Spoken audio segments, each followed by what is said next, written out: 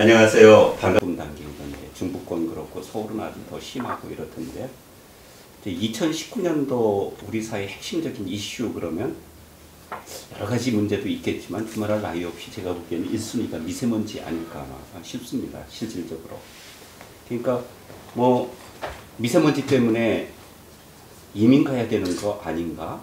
뭐 이런 논의들이 사실은 뭐 30대, 40대 젊은 부모들 사이에서는 공공연하게 회자되고 있고, 또 저도 아침 일어날 때부터 사실은 이거 뭐 앱으로 다 미세먼지 체크를 해요. 오늘 뭐 미세먼지 농도가 어떤지, 초미세먼지 농도는 어떤지. 오늘도 지하철 타고 오면서 마스크를 꼈는데 이게 마스크 끼는데 익숙하지 않거든요, 사실. 그럴 정도로 미세먼지가 아주 우리의 삶과 아주 밀접하게 연관되어 있는 것 같습니다. 정부도 이제 대응하기 시작한 것 같아요. 근데 오늘 이제 논의를 하겠지만 과연 정부의 대응 방식이 이게 과학적으로 좀 합리적인 것이냐, 아니면 정책적인 방향이 제대로 잡고 있는 것이냐, 여기에 대해서 좀 일이에게 좀 말씀해 주셨으면 좋겠고요. 어떻든 움직이기 시작한 건 사실인 것 같고요. 제가 알기로는 지난달 29일에는 미세먼지에 대한 근본 해법을 도출하기 위해 미세먼지 문제 해결을 위한 국가기후 환경회의가 출범하였습니다. 혹시 뭐 참여하시는 분 계신가요? 계시면 더 좀 자세한 이야기를 들을 수도 있을 텐데, 정당, 산업계, 학계, 시민사회, 종교계, 정부, 지자체 등을 대표하는 당연직, 위촉직 42명이 참여하고, 뭐 잘 알려진 것처럼 반기문 전 유엔 사무총장이 위원장을 맡기로 하였습니다. 이것도 뭐 의미가 있는 것 같아요. 왜 이런 중요한 국가위원회에 이제 전 유엔 사무총장을 모셨는지 하는 것도 중요한 문제 같고요. 저 얼마 전에 최근 미세먼지와 관련된 추경 예산이 1조 5천억 발표했습니다. 환경부 예산이 제가 알아보니까 1조 950억 밖에 안 된다고 그래요. 근데 이 1조 5천억 중에서 환경부 관련 추경 예산이 1조 645억 된다고 그러니까 뭐 상당한 액수죠. 그러니까 이제 더 신중해지고 더 조심스러워지는 것이 우리 국민의 세금을 투입해서 국민의 생명을 보호하고 또 국민의 삶의 질을 향상시키기 위한 정책들이 시작되는데, 시작될 때 제가 보기에는 이제 방향을 잘 잡아야 된다 이런 생각을 해봅니다.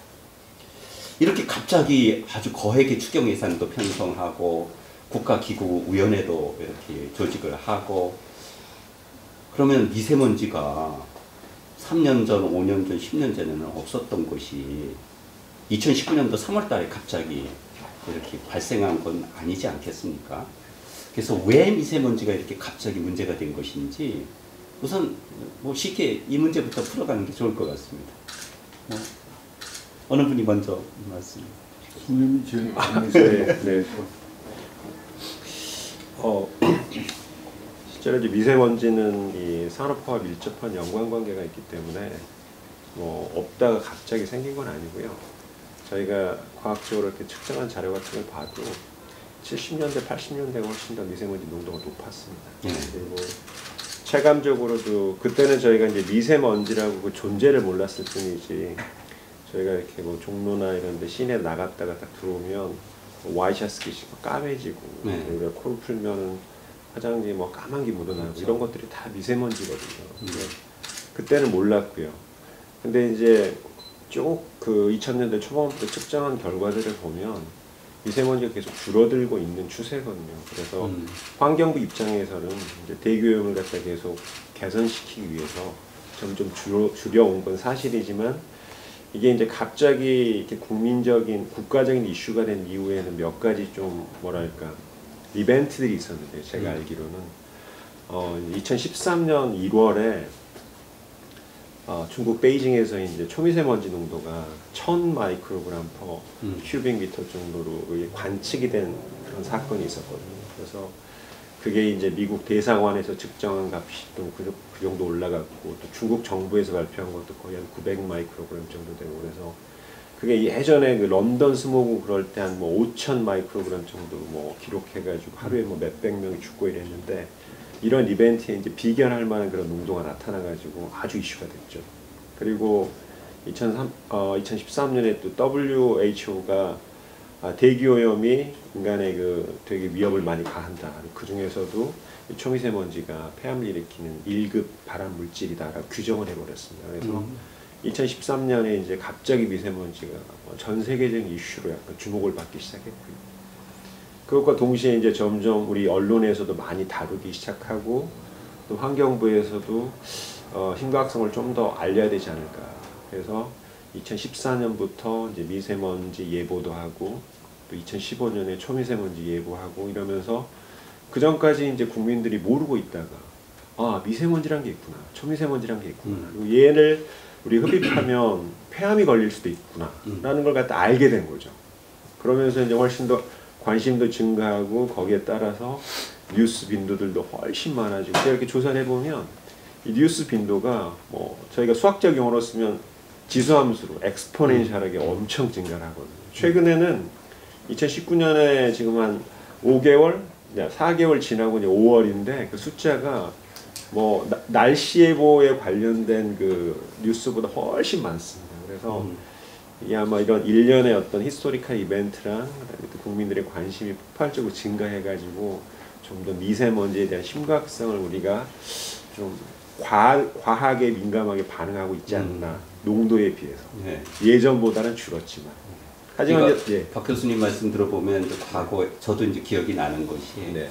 제가 81년도에 독일로 유학을 갔는데 그 당시에 정말 종로 그런 데 나가면 와이셔츠킷이 하루 입으면 까매졌거든요. 맞습니다. 독일 가서 깜짝 놀란 것이 똑같은 옷을 2주를 입고 다녀도 깨끗한 거예요. 그래서 이야, 우리나라 이게 대기 오염이 정말 심각하구나 이런 걸 느꼈어요.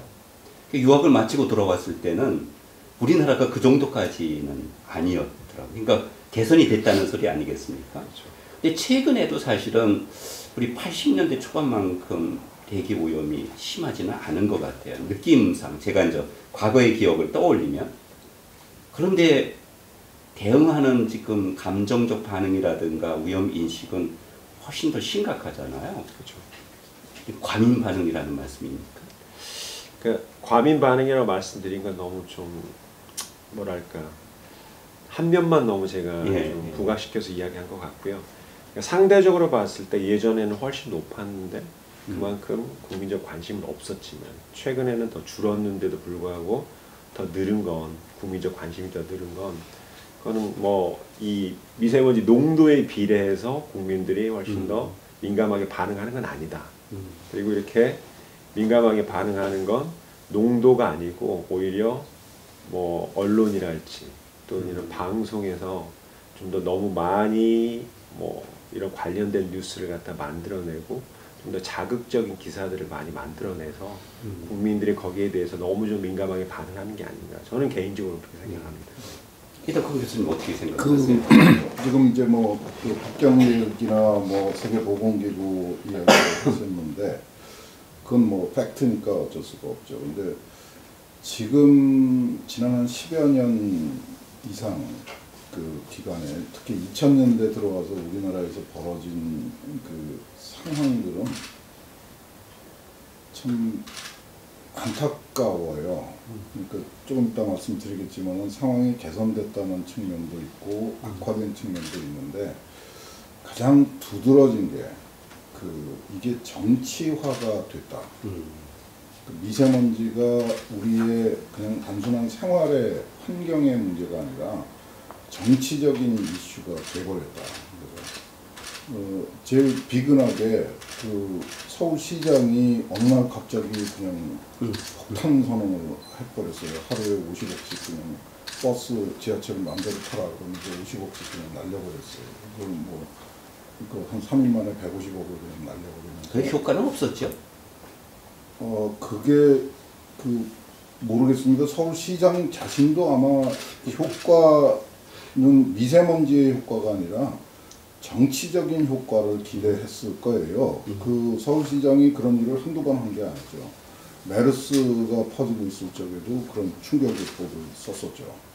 그래서 본인이 뭐 정치적으로 얻은 건 있는지 몰라도 우리 국민이 얻은 건 아무것도 없었던 거였습니다. 그리고 뭐 밤늦게 뭐 그 뭔가 엄청난 발표를 해가지고 그 감염된 의사의 그 인권만 엉망이 됐지 그 메르스 통제는 하나도 성공한 부분이 없거든요. 근데 그 서울시장이 미세먼지에 대해서 충격요법을 썼던 것도 아무도 아마 그걸로 해서 미세먼지가 줄어들 거라고 기대하지 않았을 겁니다. 그냥 정치적인 쇼였죠. 근데 그런 일들이 아마 제가 기억하기로는 그게 상당히 그 사람들한테 미세먼지에 대한 이상한 왜곡된 인식을 심어주는데 굉장히 크게 기여를 했고요. 그때부터 사람들이 정말 초긴장을 하기 시작한 것 같아요. 이게 그냥 있으면 안 되는 문제로구나 하는 거를 그런 방식으로 인식을 하게 됐고, 거기에 이제 언론도 가세를 했고 전문가들도 가세를 했습니다. 전문가들도 지금 우리나라의 미세먼지, 초미세먼지 수준은 뭐 100, 그냥 숫자만 말씀드릴게요. 100 정도의 수준이었고, 아까 말씀하셨듯이 2000년대 초반에 북경은 1000을 넘어갔었고요. 1950년대 런던에서는 그거보다도 훨씬 더 심각한 수준이었거든요. 그러니까 우리의 미세먼지가 지금 심각한 수준이기는 하지만은 그렇게 막 정말 집단으로 인명사고가 생길 정도의 위기 상황은 아닌데도 불구하고 지금 언론을 통해서 전해지는 전문가들의 그 발언들이 굉장히 자극적이에요. 특히 이제 국제암연구소에서 1급이 아니라 1군입니다. 1군 발암물질로 미세먼지를 지정을 하고 나서부터는 전문가들이 굉장히 자극적인 발언을 쏟아내요. 미세먼지를 마시면 큰일 난다. 아이들은 더 심각하다. 마스크를 꼭 써라. 막 이런 얘기들을 막 쏟아내고 그게 아무런 여과 없이 그냥 언론에 그냥 막 확대 증폭이 돼서 보도가 되거든요. 그런 상황에서 아마 일반 시민들이, 일반 국민들이 이 미세먼지 상황을 합리적으로 정확하게 파악하는 것은 불가능하지 않을까. 그냥 정치화되고 선동화되는 바람에 현상을 훨씬 더 심각하게, 실제 상황보다 훨씬 더 심각하게 인식을 하게 됐고, 그렇다고 해결책이 있느냐, 정부 차원에서 해결책이 있느냐, 정부 차원에서 아무런 해결책도 가지고 있지 못한 상황이 되어버렸어요. 그래서 정말 이걸 어떻게 수습을 해야 될 건지 뾰족한 방안이 없는 것 같아요. 그래도 뭐 이런 좌담을 통해서 조금씩 우리가 그래도 대안을 제시하고 방향 제시하고 그럴 필요는 있다고 생각합니다. 문제를 좀 차분하게 짚어보는 그런 계기가. 선생님 말씀대로 보니까 이게 사실 뭐 우리 사회는 제일 커다란 문제는 정치다 뭐 이러는 것이 또 여기에도 적용될 줄은 정말 몰랐습니다. 근데 정말 그래도 어떻든 간에 이제까지 그렇게 뭐 이슈화되지도 않고 문제의식을 느끼고 있지 않았는데, 이제 사람들은 사실 제가 이제 80년대를 돌이켜보면 대기질이 나쁘다라는 것이 뭐 미세먼지 농도, 초미세먼지 농도를 측정해가지고 발표해서 하는 것이 아니라 그냥 희뿌연 하늘, 또 뭐 스모그, 남산이 어느 날 갑자기 안 보인다 뭐 이런 거 가지고 사실은 느끼는 거잖아요. 이게 작년부터 올해까지 조금 대기질이 급속도로 나빠졌는가요? 어떻습니까? 우리 조 선생님 보시기에. 뭐 제가 그쪽을 맡고 있는 일은 아니어서 제가 말씀드리기는 좀 어렵고요. 일단은 근데 시정이라고 하는 그 관점에서 이거를 바로 오염물질이다라고 이렇게 보기는 저는 어렵다라는 쪽이에요. 그건 왜 그러냐면 우리가 안개가 끼고 이래도 굉장히 시정이 안 좋고요. 그 다음에 대체로 이 오염물질 농도가, 대기오염물질 농도가 높을 때 보면 이게 이제 안개가, 왜냐하면 공기가 정체가 되고 있기 때문에 안개가 잘 끼는 그런 조건들이고, 거기에 뭐 런던 스모그도 그것도 안개하고 붙어갖고 되는 것이고, 또 이런 수증기가 또 있어야지 또 이 미세먼지 농도가 또 높아지는 게 있고, 그래서 실제로다가는 어떤 수증기의 그런 효과도 상당히 큰 그런 부분이기 때문에 우리가 그래서 그러한 안개로 인해서 시정이 안 좋은 것까지 지금은 다 그거를 미세먼지 때문이다라고 그렇게 지금 다 이야기를 해버리거든요. 그래서 그거는 좀 과잉되었다라고 하는 그런 측면이 있고요. 그래서 저는 보이냐, 물론 이제 희뿌옇게 되고 하는 그런 현상들은 물론 이제 나타나기는 하긴 하지만, 우리가 진짜 미세먼지 농도가 높은 날 안개가 이렇게 확 껴있을 때 그게 다 그냥 뭐 오염물질이다 이렇게 보는 거는 좀 과잉되었다. 왜냐하면 그 수준 자체가 물방울 자체가 많기 때문에 그렇다고 보는 게 맞다라는 생각을 하고요. 앞서 두 분께서 말씀하셨던 그 맥락에서 제가 이제 이야기를 하나 보태면, 아까 박명수 교수님 예전에 비해서 이제 농도가 이렇게 우리가 줄어들어 왔다라고 하는, 그런데 우리의 인식이라고 하는 위험에 대한 인식은 오히려 확 이렇게 높아져가는, 그러니까 사실하고 실제하고 사람의 인식이 전혀 다르게 돌아가는 지금 대한민국이 지금 이런 상황이 되었다라고 하는 거. 그리고 왜 그러냐? 제가 이제 거기에 한마디를 더 더하면 2012년도에 WHO에서 이제 디젤 자동차가 1군 발암물질이다라고 이야기를 했죠. 근데 그때는 언론이라든가 이런 데서 그 다음에 환경부도 거의 반응을 안 했고요. 그러니까 환경부 반응을 하니까 언론도 반응을 안 했고 그냥 간략하게 한번 아주 단신의 기사들만 좀 나오고 거의 반응이 없었어요. 2012년에. 근데 이제 2013년에 아까 말씀하셨듯이 이제 그게 1군 발암물질이다. PM2.5라고 하는 게 그렇게 되면서 우리나라에서 그게 이제 그러면서 2014년도 들으면서 환경부가 어마어마하게 이제 이야기를 하죠. 그러면서 뭐 미세먼지 예보제라든가 또 뭐 그런 게 한번 또 들어오고 나면 뭐 중국발이 몇 %라든가 어떤 그래서 어떤 민족적인 뭐 이런 부분도 막 건드려 놓고 위험에 대한 인식이라고 하는 거를 굉장히 그때 고도화를 시킵니다. 그러면서 결국 그렇게 되면서 물론 이제 예산이나 조직 같은 거 늘리고 그건 뭐 행정부에 제가 뭐 있어 봤지만은 우리 그런 이제 사건이 벌어지게 되면 공무원들은 예산과 조직을 그 틈을 타서 이제 늘리는. 그런데 이제 문제는 그거를 수습할 만한 아무런 능력이 없었다라고 하는 게 정부가. 그러다 보니까 이게 나중에 뭐 정치 쟁점화까지도 이제 가버리는 희한한 문제가 돼버리는 이런 사태까지 가지 않았나. 그래서 이거는 어떤 면에 있어서 그 위험의 인식이라고 하는 건 확실히 그건 환경부가 이거 만들어냈고요.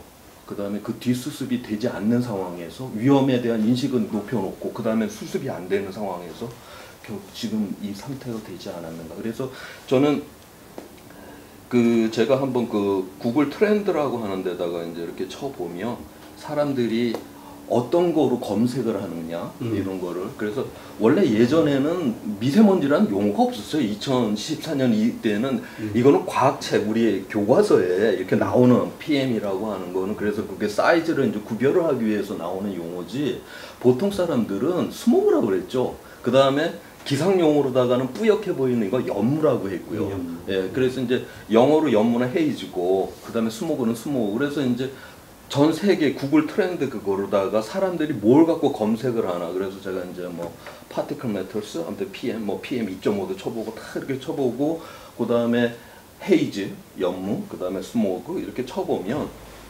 지금도 전 세계적으로다가는 PM, 그 미세먼지로 검색을 일반인들은 검색하지 않아요. 다 제일 많이 검색하는 게 연무. 왜냐면 눈에서 희뿌옇게 보이니까 이게 뭐지? 그 다음에 거기에 약간 오염의 개념이 들어가서 스모그. 요 두 개로 전 세계 사람들은 쭉 검색을 해오고 우리나라도 2012년 그러니까 2013년도에 그 PM 그 2.5가 WHO에서 발암물질 1군 발암물질이라고 이야기하기 전까지는 우리나라도 연무라고 하는 단어를 제일 많이 검색을 했고요. 그 다음에 스모그, 그 다음에 이제 뭐 미세먼지가 거의 밑바닥 퍼센테이지로 따지면 거의 1% 미만이에요. 그 정도로 거의 이거는 과학의 용어이지 일반 사람들이야 뭐 희뿌연해? 그 다음에 이거는 아 오염성이 있는 스모그네 이 정도만 알면 되는 거를 굉장히 과학적인 이거를 민감도를 굉장히 높여놓고 그 다음에 수습이 안 되는 그런 상황이 좀 들어와 있다. 저는 그렇게 보고 있습니다. 그러니까 이제 과학적 용어가 일상 용어가 되었다는 것은 그만큼 이제 과학적 인식에 의해서 인지될 수 있는 위험이 이제는 우리의 삶과 직결되어 있다 이런 것을 말해주는 것일 수도 있겠죠. 지금 제가 보기에는 물론 이게 뭐 PM 이거는 일반인들은 잘 모를 거예요 사실은. 그런데 제가 뭐 이 자료를 찾아보려고 그러다 보니까 이제 독일 같은 경우에도 사실은 미세먼지라는 용어를 훨씬 더 많이 써요. 뭐 PM이라는 PM10이냐, PM2.5냐 이렇게 해가지고 미세먼지, 초미세먼지를 구별하기도 하지만, 근데 이제 우리 다시 한번 우리 첫 번째 문제 좀 정리할까 싶은데요. 독일도 미세먼지가 심합니다, 실질적으로. 독일에서 제일 심한 데가 슈투트가르트라는 곳인데 분지형이거든요. 그러다 보니까 이제 공기가 정체되어 있어서 뭐 이게 빠져나가지도 못하고 분산도 안 되고 그러니까 이제 뭐 매번 이제 경보가 내리고 그러는데 재미있는 것은 그렇다 하더라도 독일 사람들이 마스크를 이렇게 우리나라 사람들처럼 많이 쓰고 다니는 경우를 제가 보지를 못했어요. 우선. 그리고 미디어도 비교적 이제 이게 어디에서 오느냐. 이게 우리가 추후 다시 한번 논의를 하겠지만 과연 이게 디젤이 주범이냐. 이것도 논란의 여지가 제가 알기로는 많은 것으로 알고 있는데 이런 것을 객관적으로 이렇게 제시해서 국민들이 판단하도록 하는데 우리의 경우는 하여튼 범죄자를 먼저 정해놓고 이렇게 시작하는 것 같다 뭐 이런 느낌이 듭니다. 근데 어떻든 제가 보기에는 이제 특히 이제 젊은 세대 그리고 노년층에게 미세먼지가 이슈가 된 것은 이거 건강에 안 좋다, 치명적이다. 세계 보건기구에서 이제 뭐 발암물질 1군으로 분류를 하고 실질적으로 이제 많은 연구 결과들도 나오잖아요. 또 독일 같은 경우에도 2015년도 통계에 의하면 한 41만 명이 소위 말하는 조기 사망에 이른다. 미세먼지 때문에. 또 어떤 사람의 연구에 의하면 뭐 매년 약 한 330만 명이 미세먼지로 인해서 조기 사망을 할 수도 있다. 뭐 이런 결과들이 이제 자꾸 여과 없이, 소위 말하는 여과 없다는 것은 여기에 대한 전문가들의 논평이라든가 좀 객관적인 해석이라든가 이런 게 들어가야 되는데 그냥 적나라하게 이렇게 노출되다 보니까 사람들은 이게 미세먼지가 있는 날 아이들 데리고 산보도 나가서는 안 되는 것 아닌가 뭐 이런 느낌을 받는 거죠. 근데 어떤가요? 실질적으로 미세먼지가 건강에 뭐 해로운 건 틀림이 없는 것 아니겠습니까? 깨끗한 공기 속에서 사는 것이 제일 좋은 거겠죠. 뭐 과연 그런 시대가 언제 있었는지는 모르겠지만 어느 정도 정말 안 좋은 건가요? 그 전에 조금 이제 문제를 정리를 좀 하고 갔으면 좋겠어요. 그 독일 말씀하셨는데 가장 최근에 나온 독일의 자료는 1년에 880만 명이 조기 사망한다. 예, 또 최근 거. 예. 근데 그 880만 명 중에 거의 대부분은 사실은 우리나라처럼 이렇게 지금 대기에 있는 미세먼지 때문에 문제가 되는 게 아니라 저개발 국가의 그 부엌 사정 때문에 생기는 문제가 훨씬 더 심각합니다. 그러니까 저개발 우리도 옛날에 그랬다시피 부엌에서 직접 뭐 땔감 사용하고 거기서 조리하고 거기서 같이 자고 그러잖아요. 거기서 발생하는 그 안에 실내 미세먼지의 피해가 훨씬 더 심각합니다. 880만 명 중에 거의 대부분이 금부류에 들어가는 거예요. 그러니까 우리하고 상관없는 자료가 지금 우리를 겁을 주고. 그렇지. 이게 이제 전 세계 그렇다는 거잖아요. 매년 연간. 그리고 우리의 현실을 조금 정리를 할 필요가 있습니다. 아까 말씀하셨지만은 우리가 이제 미세먼지라는 말을 쓰기 시작한 거는 공식적으로 환경부가 미세먼지라는 말을 쓰기 시작한 건 95년입니다. 그 이전에는 매연이라고 그러다가 70년대 중반부터 스모그라는 말을 썼었어요. 그리고 이제 그때는 농도는 측정할 능력이 없었고 그냥 시정, 시계 이런 걸로 측정을 했던 건데 제가 무슨 기회가 있어서 찾아봤더니 우리나라에서 매연이라는 말을 정부에서 공식적으로 쓴 거는 1957년이에요. 굉장히 오래됐죠. 그리고 1965년에 공해방지법이라는 법을 만듭니다. 그리고 화력발전소 굴뚝에다가 집진시설을 하기 시작합니다. 그러니까 우리의 이 미세먼지 대책은 사실은 상당히 오래전에 시작이 됐던 거예요. 1965년에 감천 화력발전소라는 데다가 처음으로 그 집진 설비를 갖추기 시작을 합니다. 그리고 이제 말씀하신 대로 굉장히 심각했었죠. 그리고 아주 독특한 게 검은색이었습니다. 그러니까 검은색이라는 거는 우리가 흔히 부르는 거는 검댕이, 굴뚝에서 나오는 검댕이가 그냥 막 나오는 거죠. 그러니까 그 화학용어로는 불완전 염소된 탄소 또는 탄화수소.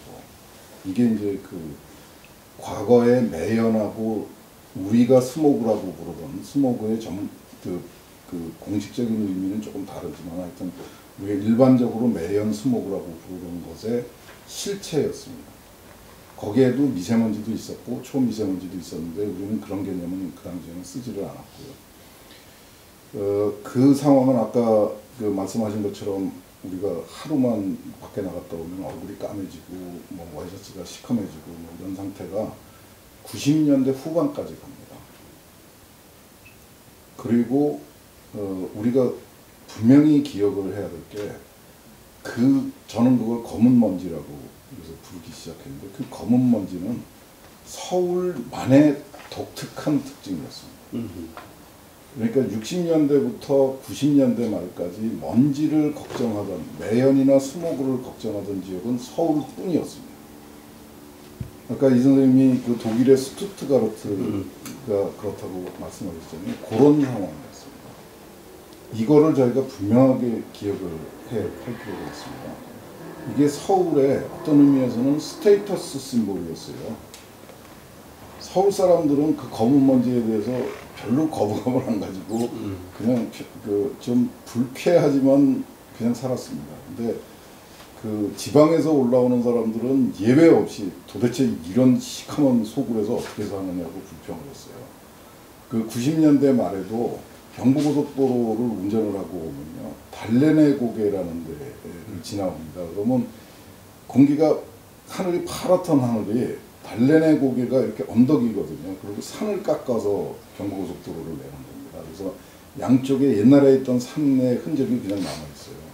그리고 그 가운데에 이제 고속도로가 뚫려 있는데 아래서 이제 쭉 올라가면서 보면은 그 과거에 산이 있던 그 흔적을 따라서 까만 대기층이 스모그가 매연층, 스모그층이 보였죠. 그러면 이제 이제 우리 집에 왔구나 이렇게 느끼고 살았었습니다. 그리고 제가 여러 저걸 찾아서 확인을 했는데 서울의 그 스모그 검은 먼지는 수원도 가지 않았습니다. 40km 떨어져 있거든요. 40km도 가기 전에 그 바람이 불면 다 흩어져서 없어져 버립니다. 그 없어지는 게 아니라 이제 농도가 낮아지는 거죠. 그 대구나 대전이나 뭐 광주나 부산이 그 먼지 때문에 그 걱정했다는 소식은 아주 일시적으로 1년에 몇 차례 있었지. 그리고 예외는 황사입니다. 황사는 이제 따로 말씀을 드리도록 하고, 그 국지적으로 발생하는 먼지는 서울만 있었고 서울만의 특징이었고 아주 골치 아픈 문제였어요. 그리고 정도는 굉장히 심각했었고요. 지금보다 훨씬 더 심각했고, 아까 박 선생님이 쭉 줄어들고 있다는 게 사실은 서울의 상황입니다. 그리고 1995년에 환경부가 PM10이라는 기호를 들고 나오고 미세먼지라는 용어를 들고 나왔어요. 그걸 이제 지금은 그걸 부유먼지로 바꾸고 싶어서 한번 시도를 했다가 언론하고 뭐 이렇게 해서 반대가 심해갖고 그냥 유야무야 됐는데, 그때 어설프게 PM10하고 미세먼지라는 용어를 들고 나온 겁니다. 그리고 그때부터 정부가, 환경부가 뭘 했는가 하면 수도권 대기질 개선 사업이라는 걸 시작했어요. 이게 95년도에 2천억을 투자를 했습니다. 지금 환경부 예산이 1조 정도니까 그 95년에 2천억이라는 거는 환경부 예산의 거의 대부분이었어요. 그걸 쏟아부어가지고 그게 지금까지 계속되고 있고, 그 사업의 이름은 수도권 대기질 개선 사업입니다. 한 4조 정도가 투입이 된 걸로 알고 있고요. 그 사이에 정유사를 압박을 해가지고 탈황시설을, 모든 정유사가 탈황시설을 갖추도록 했고, 그거는 정유사가 부담을 했습니다. 그리고 경유차에는 DPF라고 하는 매연 저감 장치를 정부 예산을 쏟아부어서 거의 모든 경유차에다 그걸 다 붙였어요. 그리고 배기가스 배출 기준은 정말 형편없는 수준이었던 거를 지금은 우리가 유로6라고 해서 유럽의 기준을 적용하고 있습니다. 그거를 95년도부터 이제 들여오기 시작했습니다. 95년도 그 수도권 대기질 개선 사업이 그 유로 기준을 들여오는데 아주 그 막중한 역할을 했죠. 그렇게 해서 한 10여 년을 해서 한 2005년이 되면은 환경부가 이제 그 초미세먼지라는 말을 들고 나와요. 그리고 2006년부터 그 95년도부터 2005년까지는 대부분이 다 경유차가 주범이라고 생각을 하고 그 다음에 공장 굴뚝에 대해서 집중적으로 투자를 했습니다. 근데 2005년에 환경부가 PM2.5라는 기호를 들고 나가고 초미세먼지라는 말을 처음으로 쓰기 시작합니다. 근데 재밌는 게 2006년에 언론 보도를 보시면요. 처음으로 영월에, 강원도 영월에 미세먼지가 잔뜩 끼어있다는 보도가 나오기 시작합니다. 이게 저는 굉장히 큰 변화고 우리가 주목을 해야 되는 그 문제라고 생각하는데 2005년 즈음, 그러니까 95년부터 2005년까지 우리가 엄청나게 환경부가 투자를 했고 상당히 성공을 했습니다. 그래서 지금 총량적으로 줄어들고 있고 검은 먼지가 없어졌죠. 지금 다 아시다시피 흰 와이셔츠를 뭐 이틀 3일씩 입어도 검은색이 되지는 않습니다. 먼지는 많은데도. 그러니까 먼지의 색깔이 바뀐 겁니다. 2005년 즈음 해가지고 검은 먼지가 없어지고 저는 그냥 흰색 먼지라고 하는데 흰 먼지가 생기기 시작했고 흰 먼지가 전국으로 확산이 되기 시작하는 거예요. 그러니까 오늘날 미세먼지는 흰 먼지고 서울만의 문제가 아니라 전라남도, 세종시, 제주도, 강원도 이렇게 해서 전국의 그 문제로 확대가 된 거죠. 우리가 더 지금 그 미세먼지를 더 절박하게 느끼는 이유가 그거인 것 같아요. 색깔이 바뀐 거는 사람들이 잘 인식을 못하는 것 같은데 이게 서울만의 한정된 지역의 문제였던 것이 전국으로 확산이 되어버렸다. 이게 전 국민의 관심사가 되어버린 거죠.